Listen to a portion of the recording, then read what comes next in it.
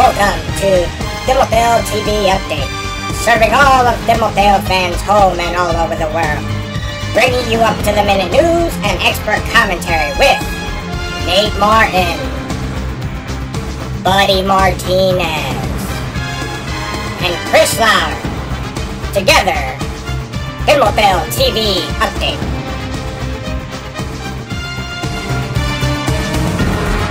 Welcome to another edition of Timoteo TV. Nate Martin here with my panel experts, Buddy Martinez, Chris Lauer. We'll get to them in a second. Week 3 was a great week. We had our first interdivision games with Peace and Justice going head-to-head, really seeing who was the best division. Peace came out on top, living up to their expectations, but not quite maybe to what we thought. The Redskins seem to not want to help someone out here on the panel, and it might be a little chilly for someone today. So who we got here? We got Buddy, who went 6-0 this week, but then Chris, as you can see, maybe lost the game there. Huh? It's not. I hope everybody had a chance to see the scandal special, because there might just be another scandal special this week, right? I've heard rumors that Jamil and Cornell actually paid off Leo to lose the game so that I had to sit here nude today. I've never seen so many young men wanting to see me naked in my life. It's unbelievable. And so we're actually going to be launching another investigation this week into the what would you call it? The nudity scandal. I don't know what the heck, but throwing games. And so this is what happened, and it's absolutely pathetic. You have the Redskins are up by 1 point, almost no time left. They go for an extra point. All they have to do is kneel. You don't need an extra point. They kneel, game over, sweep, Peace Division, and I'm here in my, mink coat and shades or something, But they throw an interception, Cards take it the distance, and here I am sitting in the nude doing this telecast. Very embarrassing. And it's cold. Must be very cold. Yeah. Thank you, Cardinals, man. You guys made me made me 6-0 again. Unfortunately, I don't feel like a winner this week. But this is what I do. I'm gonna continue to just knock out these games. I got another 6-0 for you guys ready this week. So. All right. No bets though. We'll see. So that for the season, that brings Buddy's total to I believe, what is that, 16-2? Something like that. Yeah. And Chris to 13-5. So Buddy's definitely got the edge on the season so far. So yeah, let's get into it then. Our 3:30 games, guys.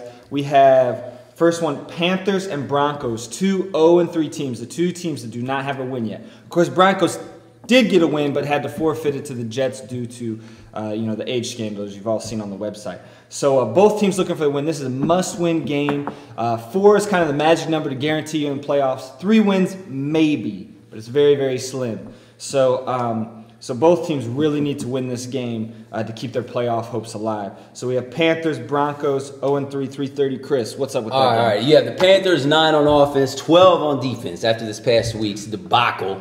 And Broncos 8 in offense, 9th in defense. Now here's a little something. Here's a little knowledge you may not know. The Panthers so far have had the toughest schedule in the entire league. Their opponents so far are 7-2.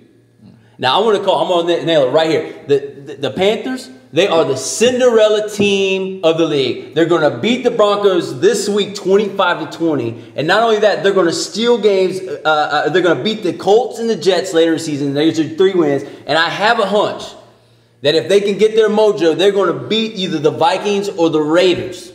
Right? And if they can do that, they will actually be in contention. They've had the toughest schedule, and it's a must-win, and they have to come out and prove me right this week. And if it's not this week, it's never. So this is the week they got to come out and play strong versus the Broncos. This is the Cinderella squad right here. All right. Buddy, what do you have to say about that game? Well, just watching the 49ers and Panthers play last week, I didn't see much life from the Panthers. It looked like they kind of checked it in. They might have scored a couple points in the second half, but that was on the 49ers JV squad. The Broncos, on the other hand, they were down the whole game, but they continued to fight all the way through to the end and almost made it very competitive until a late interception by Mo. So if Dante, the quarterback for the Broncos, if he doesn't turn the ball over, I think the Broncos have a really good chance of winning this game. And since Simone's no longer there, it looked like he's found a new wide receiver in Demetrius Green, who had 12 catches and 2 touchdowns last week. So the Panthers have to find a way to try to shut that kind of combination down. And I believe that the Broncos will win 25. Broncos will win 28-25. So I have different picks here. Yes, the Broncos. All right. So next 3:30 game, Jets, Colts, 2 1-2 teams. As I said earlier, these are must wins for both teams. You really don't want to go down 1-3 with needing those 4 wins. That really puts pressure on you for the rest of the season. So Jets coming off tough game where they got shut out by the Vikings, and Colts had that big win against the Broncos first week, but then even with the 19-year-old, but since then have just really struggled on offense to really get anything moving. So, buddy, what do you predict with that game?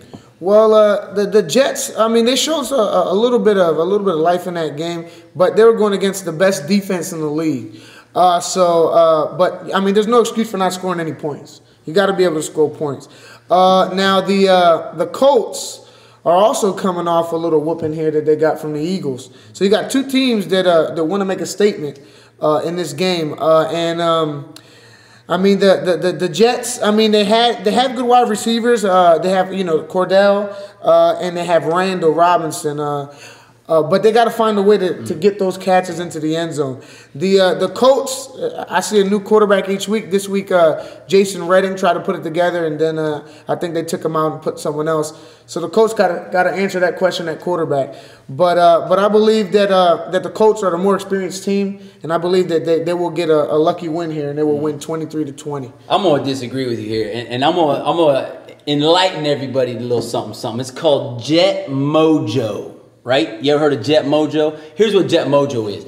It's going into a game, not scoring a point, being the first team to get a donut, but yet still rising up in the power rankings. Did you notice they actually gained in the power rankings this week because of the whooping that my Cinderella squad got, right, on the Panthers? But and that's what I call Jet Mojo. They haven't won a game yet, but guess what? They're 1-2. Go figure, right? That's Jet Mojo. They don't even have to win games to win games. They don't even have to win games to rise in the power rankings. But I think this week they're going to prove to the world that now's the time. Now's the time to overtake these Colts and take it to another level. And I have the Jets winning this week by themselves without a forfeit, 33-30 against the Colts. Wow. So the Jets offense is really going to bounce back. They are. Jets are going to look good. They're looking good. They have promised. Jet Mojo in action this week. Okay. Well, we'll have to see what happens. So the 3:30 games, it sounds like we've got a split on both games. No guarantees have been made yet. Hopefully not, because this isn't enjoyable for anyone. So, that was thanks for joining us for our first half of the preview of Week 4, and we'll return right after this. We just got some clothes.